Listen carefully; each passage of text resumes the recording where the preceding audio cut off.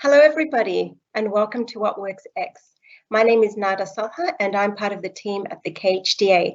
I'll be facilitating today's What Works X session with my colleagues Magnus and Maya. So a warm virtual welcome to you all.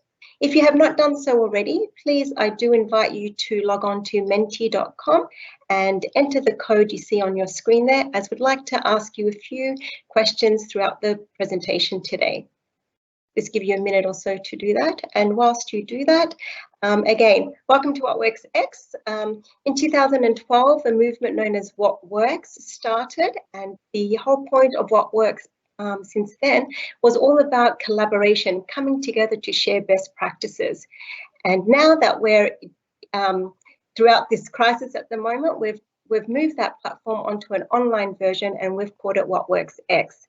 So it's still the same concept, it's just the platform has changed slightly.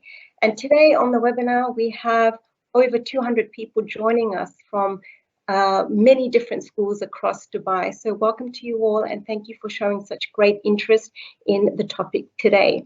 So I'd like to invite you to answer our first question using menti.com. So that question should come up on your screen or on your mobile phones. And the question is, how do you feel today?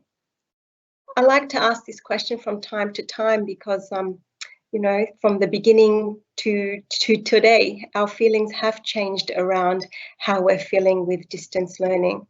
I was saying earlier to my colleagues that today wasn't such a great day for me. I've got 3 kids at home and working and everything else that comes with it. So, you know, there are a lot of ups and downs through this journey. And obviously some days are better than others. But it's fantastic to see that happy has come up there right in the center. That's fantastic to know that a lot of you are feeling positive. And I always love to start these sessions off by thanking each and every one of our fantastic educators in Dubai and around the world for transforming the way that they teach and keeping the learning going for students. It's really been a huge learning curve for many, many teachers in Dubai and around the world, but we're in this together and we're here today to share best practices and to come together on this unified platform.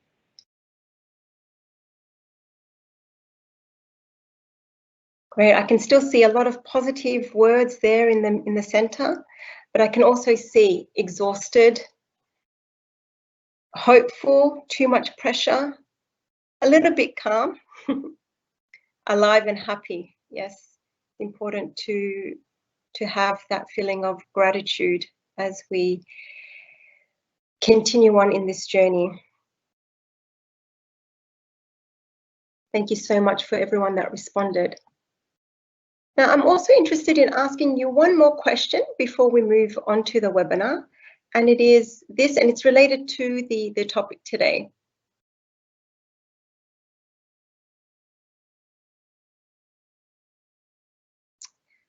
With distance learning and in general, are your Wave 3 SEND students struggling, or are they more leaning to the other side of thriving?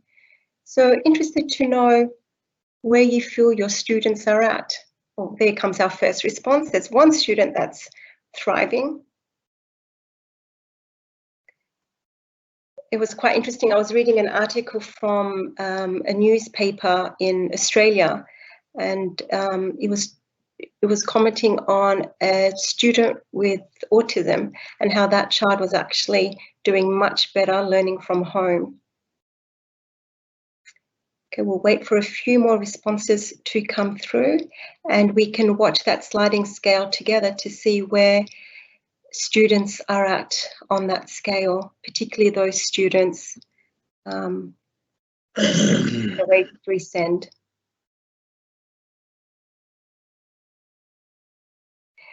And as you do that, I'll just explain the structure of today's session. So I will shortly move on to Mlissa Skyles from Dubai British School in Jumeirah Park, who will be giving a 20-minute presentation And then we will then have a Q&A session facilitated by my colleague Magnus that will include questions that you, our audience, have submitted previously, and we'll also be taking a few live questions.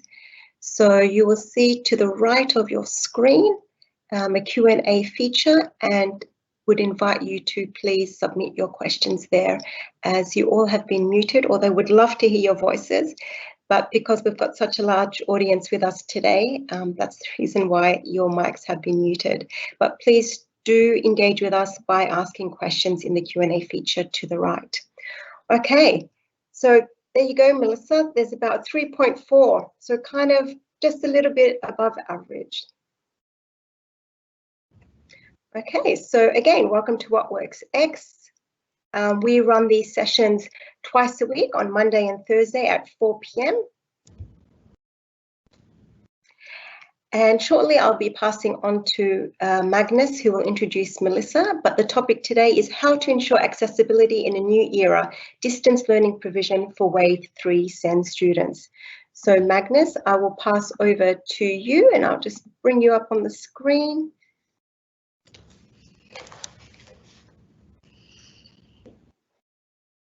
And I'll be back towards the end of the session to do a closing and a little bit of a feedback. So over to you, Magnus. Thank you. Thank you, Nana. Thank you so much.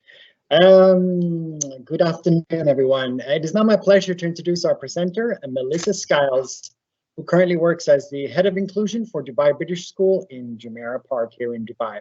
Melissa is a licensed learning behavior specialist from the US, where she completed her master's degree in education and taught within the city of Chicago before working as a SEN coordinator in Qatar, and now as a head of inclusion in Dubai. Also, including currently in the Middle East, she has founded and led 4 special education departments and served as an instructional and senior leader. Mlissa has been kind enough to put together a presentation for us, which responds to the theme of how to ensure accessibility to distance learning provision for students of determination with high needs. Today, curriculum adaptations are straightforward for qualified educators, but in a new time of collaboration between home learning, caregivers and teachers, flexibility and personalization are of paramount importance for students with major, significant and complex learning needs.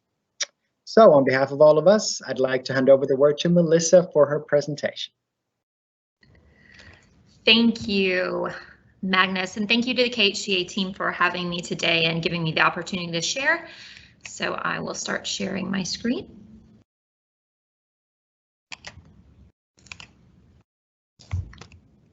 So just a little additional background. Right now, I am head of inclusion for DBS JP. We are in our 5th year of operation and have always been a quite inclusive school. So our cohort of children with special educational needs and disabilities is about 10% of our population, with a portion of that being students that are on alternative curriculum pathways, including ASDAN and modified therapeutic programs. And so those are the students I'm going to be talking about today. So just to kind of chunk the information here, we're just going to talk briefly about well-being and SEND, systems and procedures, adapting programs, and then essentials for the diverse learner.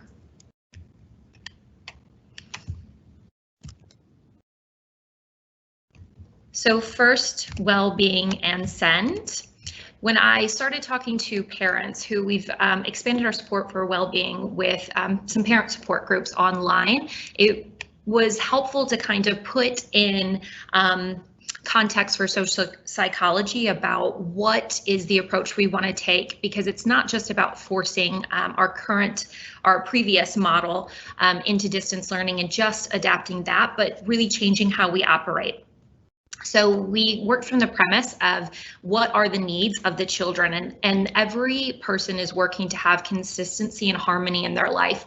And for the student, it can include social interaction, their school experience, their own personal goals and motivating factors, and then what it's like for them at home. So are the children enjoying the process? Are they avoiding the process? And then kind of what comes out of that. So this is just a little model I made up to kind of work with parents and explain and other caregivers where we're adapting things from.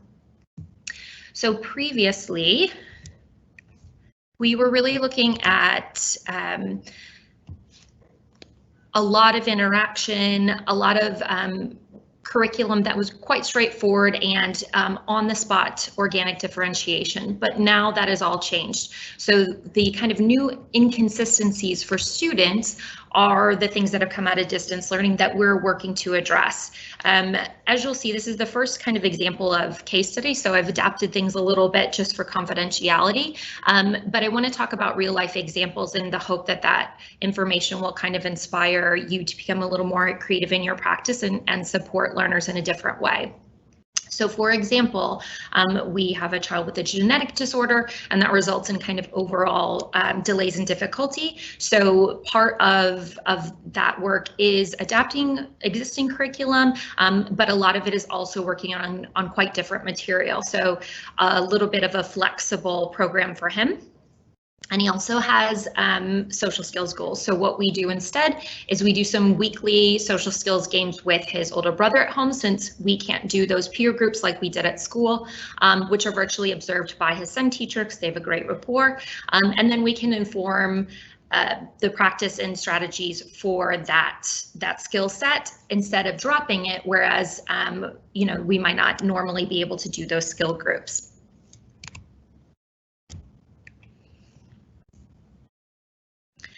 So that's just framing kind of the background of where we're coming from. So now we're going to talk about what are our systems. So before, we would have our well-being as kind of an offshoot of our SEN support. So whether that was social anxiety support, social skills support, counseling, therapeutic intervention, we're really now working from the idea that these two go hand in hand. So you can see how there's a broad overlap of all the different things that we do, and they coincide with each other. So our premise is to triangulate support. So we have our SEND staff, so whether that's the teachers, the LSA, the clinicians, we have our parent or caregiver, whoever those people are facilitating that distance learning at home, and then we have the class homeroom content teacher. So a different example for one of our students is that we are having another flexible approach for a different student, in which is again a blended program. So the way it works for some of the core content is the classroom teacher at our school, and this is what works for us, is always required to do 3 levels of differentiation. So even that differentiation that's already modified quite significantly will then go to our SEN teacher.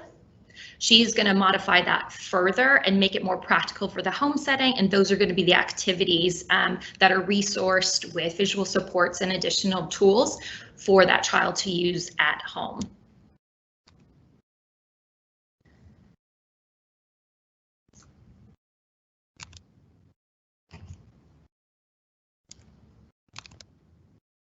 So while we were looking at, we always do SMART goals. So revising them for now, we're really looking at IEPs to make sure they're still SMART for the home setting. So have they maintained their meeting? How and who will be assessing that? Reducing those further barriers, and then also looking at curriculum versus functional skills based. So that relevance, is it the same as it was in the school setting? And then also never overburdening caregivers. So we're looking at if that SMART goal still works. So this is the typical format for which we would use to write a goal, but if it is no longer relevant for the home setting, we're looking at adapting the targets, possibly the provision, and also the setting. So for these additional barriers, how are we going to reduce them? So we're going to change the materials and resources. We're going to change the delivery methods. We're going to have separate confidential, discrete folders, channels within our digital platforms for those materials and modifications. We're going to be added, the SEN staff is going to be added to all those different classes so we can have that access to all the children's work. And then we're really going to look at who is surviving and who is thriving in this setting and why that is. So another example is we have a little guy that is nonverbal and has autism. One of his current targets, which is significantly outside of the curriculum for his year group, is just working to identify SAT-PIN phonic sounds. So we're working in school for a hand-over-hand prompt with minimal cueing and guiding by the teacher.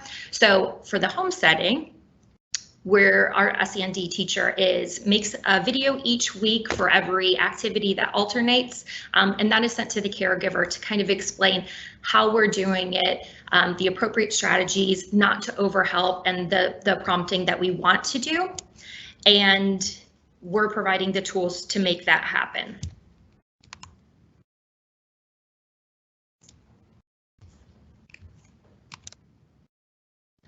Just briefly thinking about planning for the future now, we very much, as you'll know, KHDA is asking us to have different stages of progression to adapt to distance learning.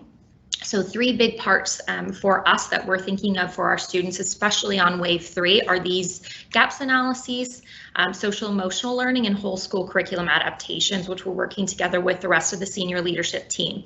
So examples of those would be adjusting provision to target specific skills in small group SEN when we return back to campus, in addition to obviously what's going now, but to pick up on those skills or objectives that were not prioritized during distance learning. Preparing for new or increased social anxiety and or skills support. So is there regression in social skills? Or are there new anxieties, of course, erupting from the distance learning period, being away from their peers, feeling shy about returning to the school setting? And then finally, just working with the leadership team to adapt the curriculum scope and sequence so that it is appropriate to all and that no things are missed. I'll pause right here for just a midpoint question.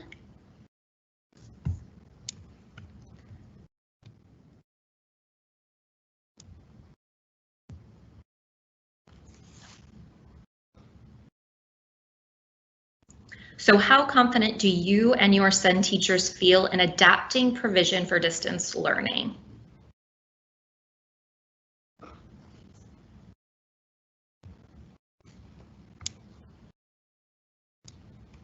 Just give it a few more seconds.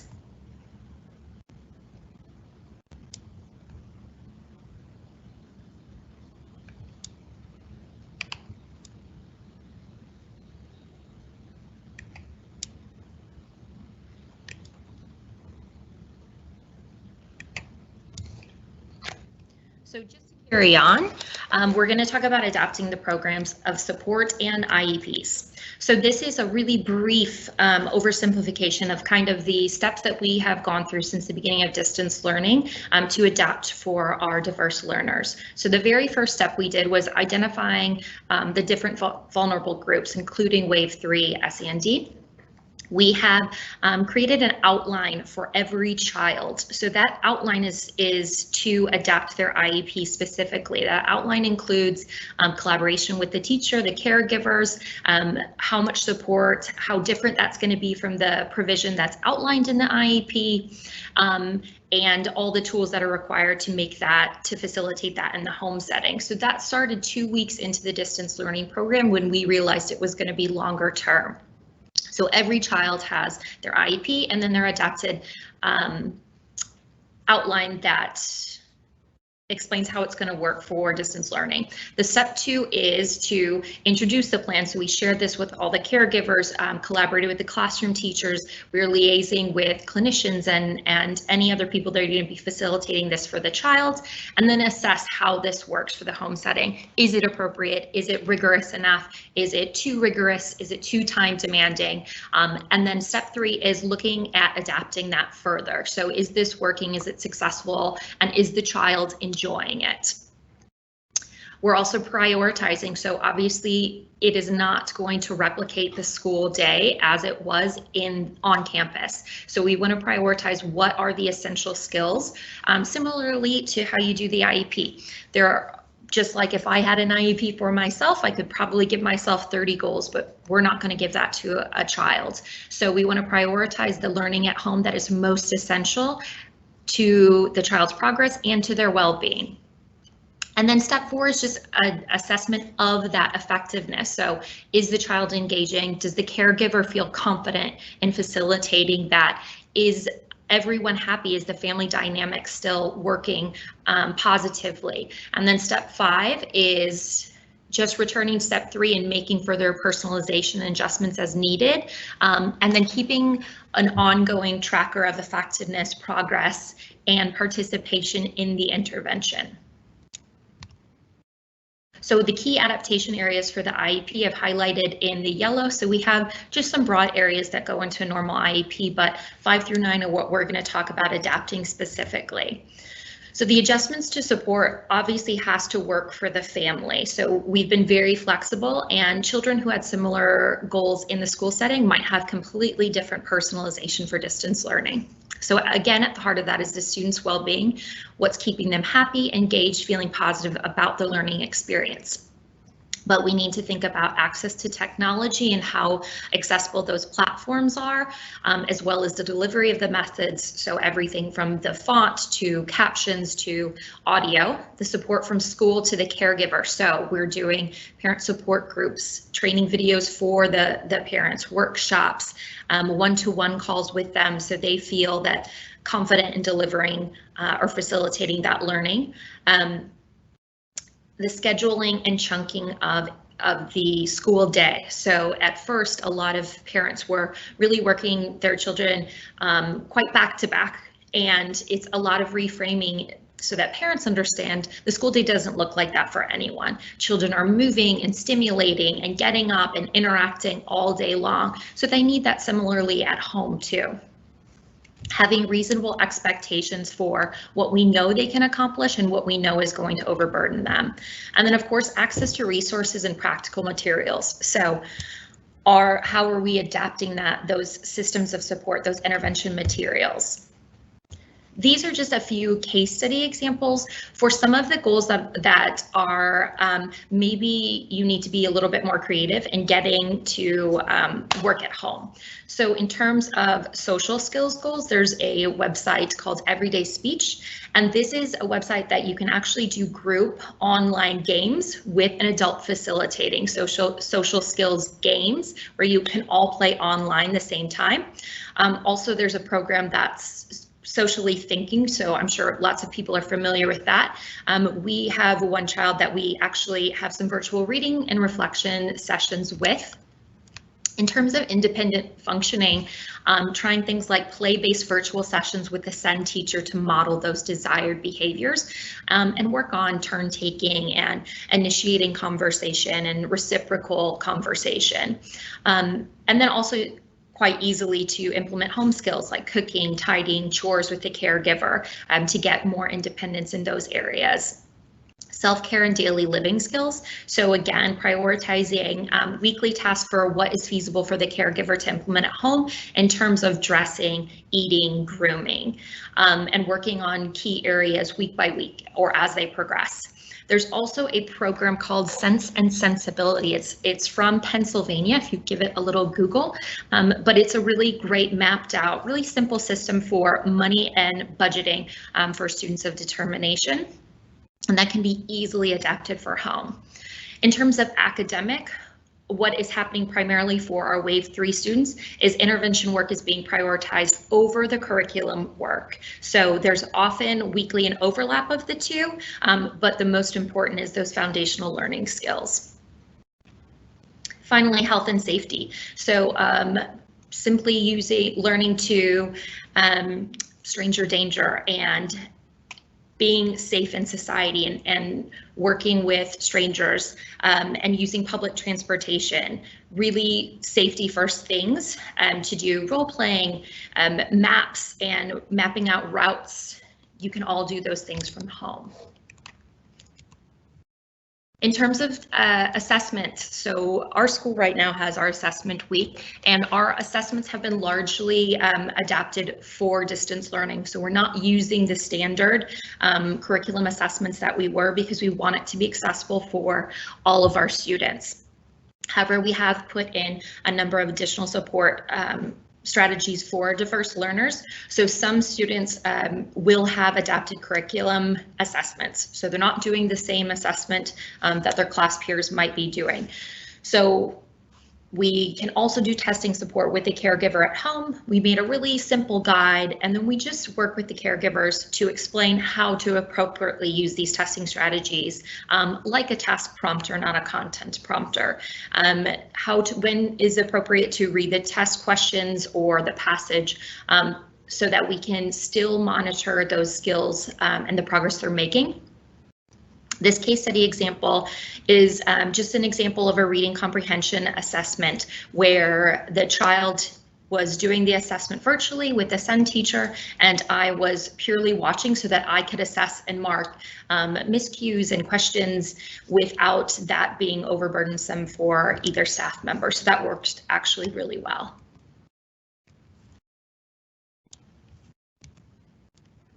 In terms of supporting transitions, so from phase to phase is always an area that we do a lot of work. These are, again, just some examples of what we are doing at our school to help with those transitions. So moving from an early years or preschool setting to KG or primary, we always do some transition goal planning. So what are the areas that we need to focus on so that that child is going to be successful in a new setting? We've also created an ebook that has social stories to introduce to the campus, to the facilities, to the teachers, get a look of what the classroom is. So virtual tours and introductions, and then visual timetables that the children can continue to reference over the summer so that they feel quite comfortable going into the new setting. Elementary and primary into secondary is a really big change that often so many children, not even just talking about our diverse learners, but really struggle with. So we, again, have goal planning typically related to executive skills, transition family and school, virtual meetings to preview those setting and the changes and the expectations, as well as if you're having a child move from a regular adapted curriculum to a different alternative pathway, such as ASDAN. We have a lot of curriculum meetings and preparation for that student so they feel comfortable knowing what is going to look differently for them. And then finally, secondary to post-secondary, we do transition goals beginning around the age of 14. So we still are doing planning and research. That's much easier to facilitate when they're a little bit older. So we're doing that all together using different assessments like Casey Life Skills and doing a lot of reflection to make sure that the child has a good understanding of themselves and we're making the right choices in planning for those post-secondary goals. Finally, clinical intervention. So this is just a really simple flowchart of how we go through getting the child the therapeutic support that they were previously participating in. So is the clinician practicing? Is on-site therapy safe? If not, is teletherapy appropriate? It won't be appropriate for all children, especially when they're so young. If not, can the clinician provide a home program? So many clinicians are doing that. If not, what can the SEND staff provide for home, and are the resources and tools available for use? And if not, the very last option is that we monitor that collaboratively with the family or the caregivers for future intervention when it is possible to revisit.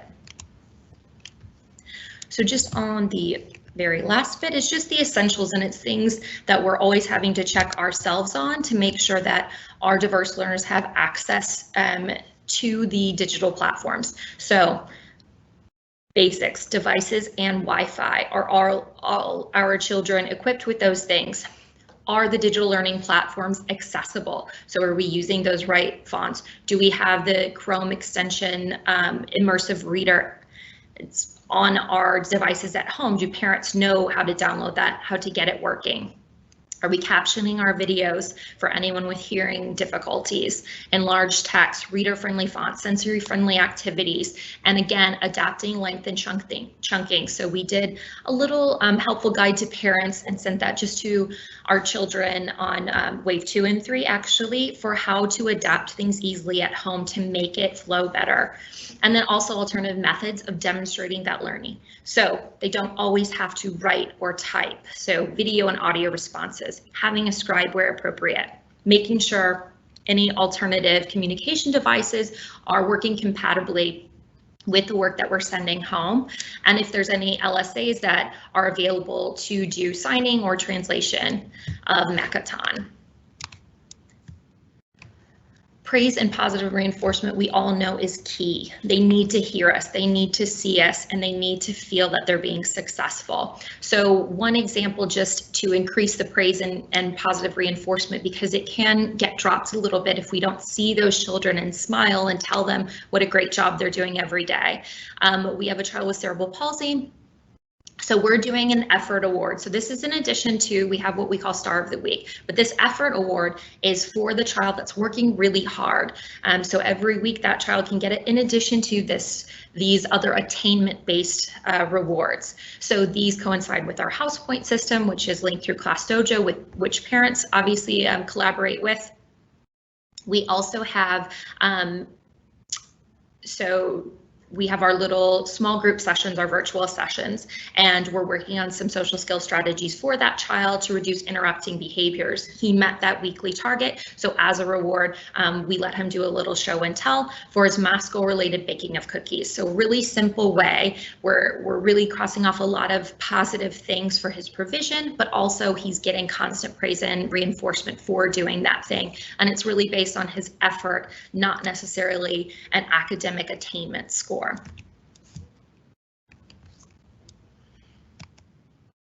And then finally, improving systems of support within IEP teams. So your IEP team is all of these different people, or should be these people, informing what that plan looks like. And that doesn't change with distance learning. So making sure you're supporting training and enabling caregivers. So are you giving the videos? Are you having the Zooms? Are you working through them? Are you modeling for the caregiver? Because most of them will not be qualified teachers. Are you reducing the expectations or the workload within reason where they need it? And adapting support according to the circumstances. And then also maximizing your staff support. So are your learning support assistants that are school-based doing their also additional small group? Can you manage them? Are they able to work individually with our students of determination as well? And widening that network of resources. So sharing, if you work with external partners on campus or have good relationships, lots of great clinics are doing webinars and sharing tools and tips and strategies. So making sure your parents have access to them through you. And then taking and applying parent feedback. So we're in a continuous cycle of weekly review on the plan for our curriculum adaptations and whether that's effective and successful as it could be for that child. And then again, always maintaining the student's voice and well-being at the heart of everything we do. We want the children to be happy and feel successful. And then the last bit is social emotional learning and mental health adaptation. So these are finally these well-being pieces that we're incorporating into what we do. So preventative and reactive group support. So we're having group support sessions for students, friendship groups with staff. So led by appropriately trained or qualified staff members to do those virtual friendship groups where it is possible. We also do individual chat-based counseling with our school counselor. We also do virtual parent support groups, and it's just anyone who needs to talk through sharing those common experiences and difficulties has been really helpful for our parents. We do weekly wellness bulletins with resources, videos and links. We use the Fun Friends program. We have one of our staff certified in that training. We also have teen-to-teen mental health first aid, which are secondary students. We have a cohort trained to identify any vulnerable students to us so we can put in additional measures. We have peer mentor groups, teletherapy, and then again, parent coaching workshops from school staff and our external providers are just some further examples to increase well-being provision. So just to end, the key takeaways of what we're doing and we're finding the most success with is keeping the well-being of the student and the family in general at the heart of everything that we do. Having the flexibility and the triangulation of support is essential. So those class teachers, our SEND staff, and the caregivers. Constantly reviewing the effectiveness of our programs, and then making sure everyone has access and equity, not equality, to what they need to personally succeed. And that's it.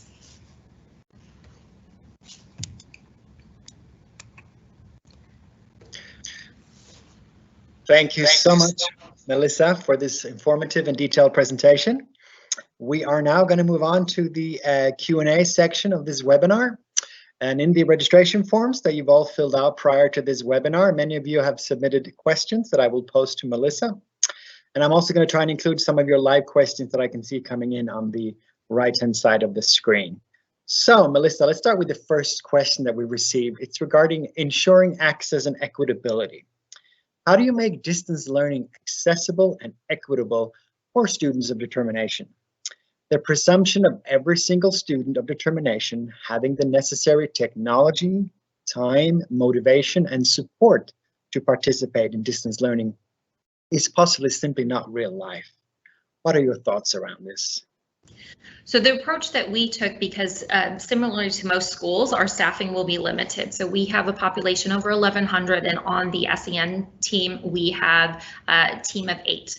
So we understand the limitations of making that support similarly to the school setting. So we have chosen as our very first step, which has really, really helped us, was to do this outline of adapting the IEP to work for distance learning. So all that provision and what the child needs to succeed, and really having the parent's voice involved, because if the parent is unable to facilitate that learning or having difficulty working from home, the time difference, there's so many factors that go into it.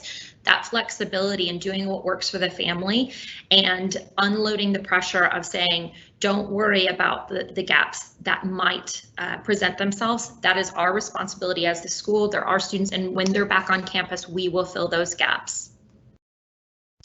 Thank you so much. Next question is regarding skill set for teachers working with children of determination.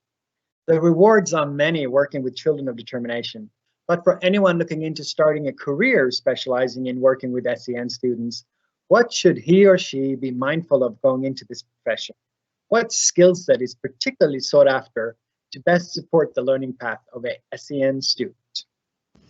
So I can only speak for myself, but I am from Chicago.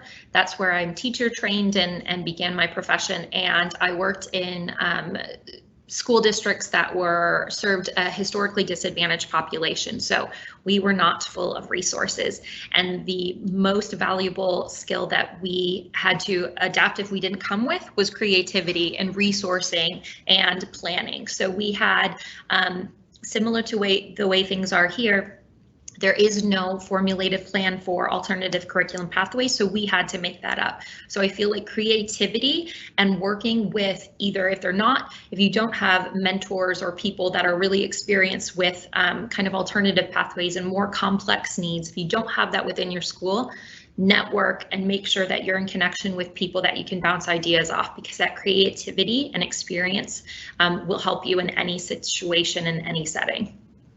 Great, thank you. Now it's a question regarding optimum screen time. What is the optimum time a student with, for instance, ADHD can be live online during distance learning? Essentially, the person that posed this question wants to know, how would you normally break up the day? Share a typical day and the activities. So I'll talk about just what we're doing at our school. So our primary model and our secondary model is quite different. So our primary model, we have small group sessions instead of whole class virtual classes like when they would be in school. So they're scheduled throughout the week. And then we also have full videos for lessons and lots of resources. Those videos are used as a reference tool. So you'll get the work on Seesaw on a different platform and you can do it straight away, or you can reference the video as needed. So there isn't this requirement to be on the screen for hours on end each day in primary. It's as you need it and just demonstrate it in the way that the platform or mode that you want to. In secondary, and this was week after week changing as we understood it was too much for students to sit in front. We are doing live lessons, but we have reduced the class size, all of the class sizes, and we've put in 15-minute breaks in between each. So that way, we encourage the students to walk away from the computer, to take a break, to get some movement. So we try to limit as much screen time as is reasonable. Obviously, for the older students, that is considerably more, but I wouldn't expect any child any age to be sitting in front of a laptop all day long. Great, Thank you. We're now going to move on to some of the live questions I can see here. Have you seen a difference in shy kids, hyperactive kids, or highly creative kids? Are they suddenly doing better with remote learning than they were doing in the physical classroom? Yes. So surprisingly, the children that we've seen really thriving are a lot of children either that were thriving in the school setting with the individual challenges in those small groups that we would offer, who loved that. So they're doing every little task, even the ones they're not supposed to do, doing all the extra work. But also some of our children on the spectrum and with some social communication disorders are really thriving because of the flexibility and the lack of distraction, really. So they're not constantly overwhelmed by the boundaries and the rules and all the stimulation that they're getting from school. They really can, if they get their maths and their English and their science work done in the day or whatever it is, then they're able to plan that however they want. So they can take their breaks and find that freedom, and they're actually able to commit to that work and complete it more often than they were in the school setting. Wonderful. How would you work with children who refuse to come online? You know, who are not so comfortable in the sort of the social setting of the online classroom? How would you respond to that? So there's two different ways. So if there's an issue with engagement, I'll address that, and then the social shyness. So obviously the social shyness can be a little bit easier. We have found that in a full group setting, when there's lots of children, they may not want to turn on their screens. Fine, you can just turn on your microphone and it reduces that. We also have private channels for anyone that's a little bit shy about speaking up in front of the whole class, so they can be in a small group, or they can have their separate channel just with the teacher, so those checks for comprehension and understanding are still there. Now, in terms of the lack of engagement, so children that are not logging in and engaging with the material. So we have had a couple instances of that in which they're having end of day kind of check-ins. So they'll get a call with their SEND teacher, they'll go over what did they miss, what did they engage in, and these are the activities that they need to do to kind of make up for that time. Now that's an older student that just is having a little bit of anxiety about the distance learning. So just putting in a little bit more adult facilitation for him when he wouldn't actually need that in the school setting has really made a big difference and improved in his engagement and attendance in classes quite well. Fantastic. I think one of my last questions here, please could you also give further details of the platform, the sort of everyday games that you have been using for group games? Sure. So one of the websites I mentioned is called Everyday Speech. This is the place where you can use the online interactive games. You can also use Quizlet and Kahoots to make your own games, which can be broadcast through Teams or whatever channels. So those are also really, really easy, teacher friendly, and they're also some of them doing discounts if you don't have the paid versions, but they also offer free ones. And then socially thinking, sorry, for the social skills, socially thinking is really, really great. There's a lot of videos that are available on YouTube, but you can also order books through Amazon that get delivered quite quickly. And then there's also more expensive, more comprehensive programs. Fantastic. I'll just leave you with my last question here, a bit more philosophical. So equity is a lot harder than access. Although the law is clear about students with any kind of learning or physical disability having equal access to the same educational opportunities as all children, what are schools in Dubai to be more mindful of when working closely with families of students of determination to revise their plans for realities and challenges of distance learning? I think for anyone that facilitates their IEPs through a true IEP team meeting with parents, with the class teacher, with the SEN teacher, with whoever's coordinating your student support and any relevant clinicians, making those adaptations and prioritizing what is most essential for the child's progress and learning, but also their maintaining their well-being. If you can work with your IEP team to get all those differing opinions and include a student voice, that's what's going to help you have the best opportunity and experience for that child. Obviously, this is not going to replicate the school setting. There will be gaps for every child, not just our diverse learners, and that's okay. And that is the school's responsibility when we're back on campus to address. Thank you, Melissa. You've been fantastic. Thank you for sharing your knowledge and all your expertise. I will now hand over to Nada. Thank you.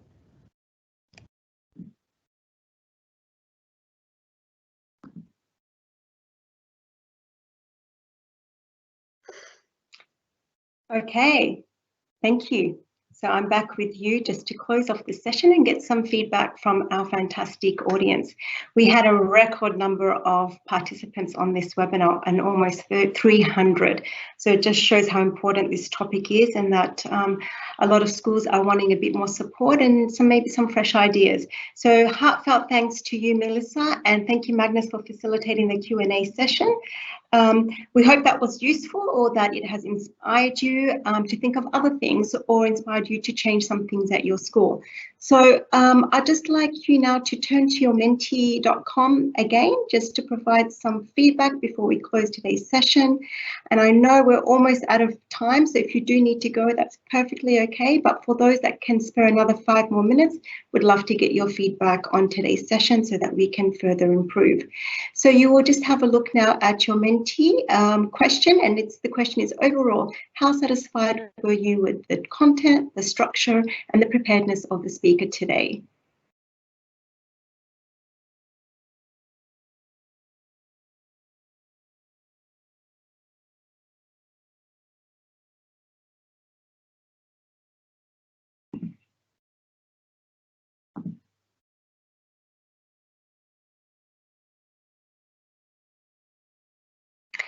I'll just give you a moment to reflect on today's webinar. As I mentioned before, we host 2 sessions a week, and we really do depend on your feedback to further improve on these sessions and to deliver you the content that is really required.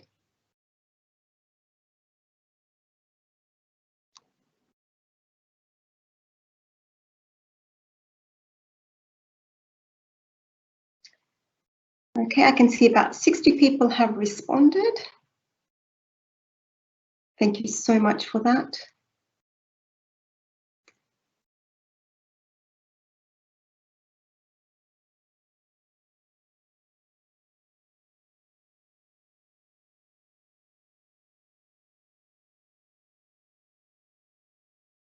So if you've been logged out of Menti.com, please feel free to go back into that by typing it into your browser, Menti.com, and entering the code 85625. Okay. We'll now just move on to the next question. What did you enjoy most about the webinar today?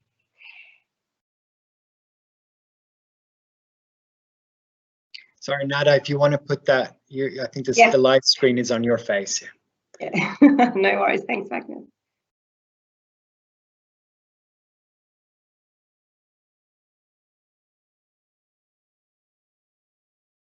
But you should see the question coming up on your device, and here we go. Wonderful.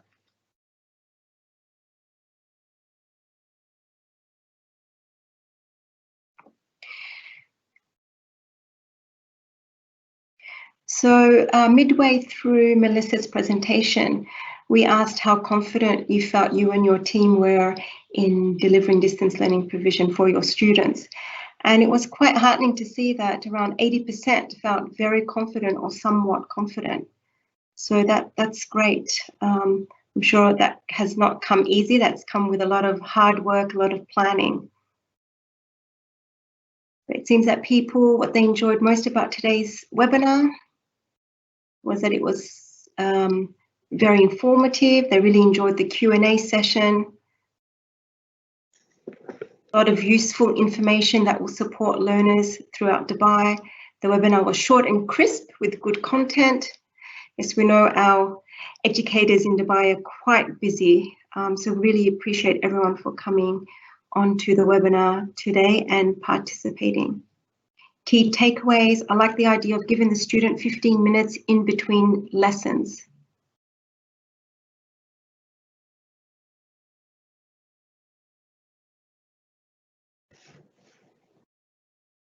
Thank you for sharing the useful website names. So the ones that I picked up were Sense and Sensibility, Everyday Speech, Quizlet, Kahoot as some examples to engage students and the diverse learners in our schools. Very well structured, detailed, fantastic, sharing best practices from presenters' school. And again, I just like to emphasize that Melissa's provided her perspective and what her school is doing. We'll be inviting other schools to talk about distance learning provision for SEN students. So it's great to get a variety of different approaches and different information. So this is one perspective, and you might be doing something else that might be working at your school.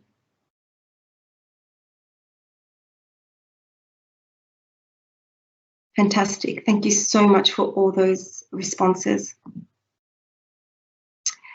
Okay, so just to get a little bit more detail from you, and this is something that we will share with you all after the webinar. But in what ways do you plan to improve distance learning provision for Wave 3 SEN students?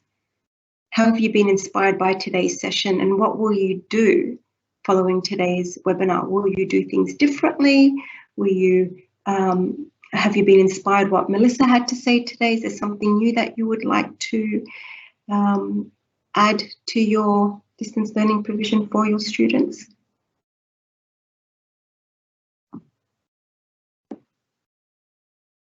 And do remember that this is anonymous, so please feel free to send through your comments.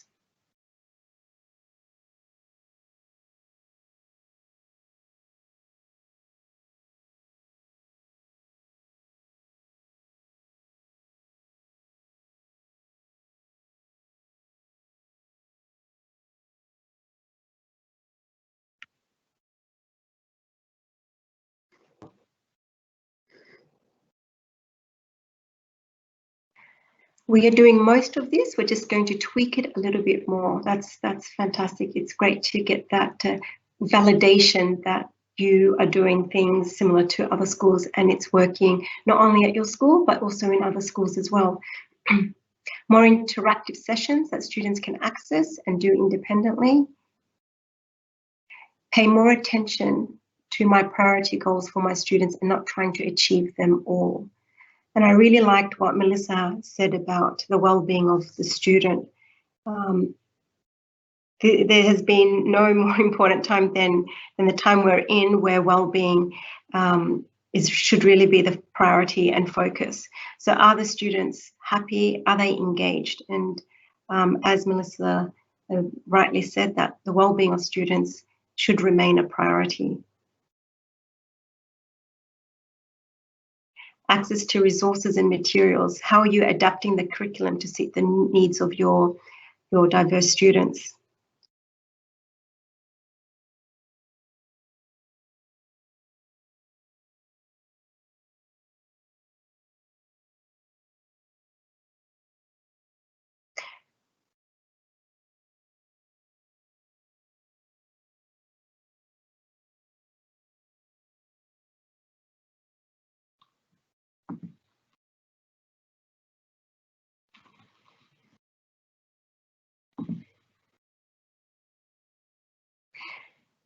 Adapting the IEPs and working on social skills.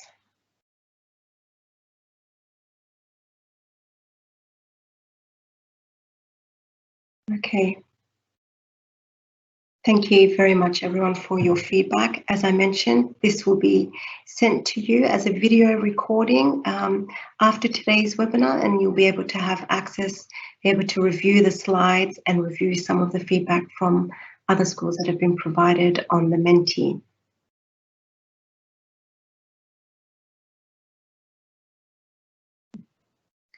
Okay, and just finally, just before you go, I'd like to just bring your attention to the inthisTogetherDubai.khda.gov.ae microsite that the KHDA has developed, and it's basically a repository of free online resources to help students, parents, and educators in Dubai with their distance learning provision. So on there you'll find information and resources to help with student well-being, some academic resources, some tech tools such as Kahoot and Quizlet and all of those other tools that you might want to use to engage your students. And now that brings us to a close of today's session. So thank you once again, everybody, for joining us today.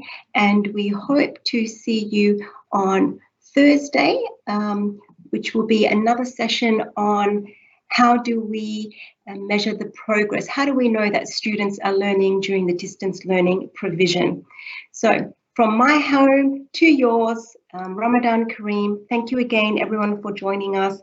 And please do take care of your well-being. You've done a fantastic job, and keep up the great effort and stay safe, be well.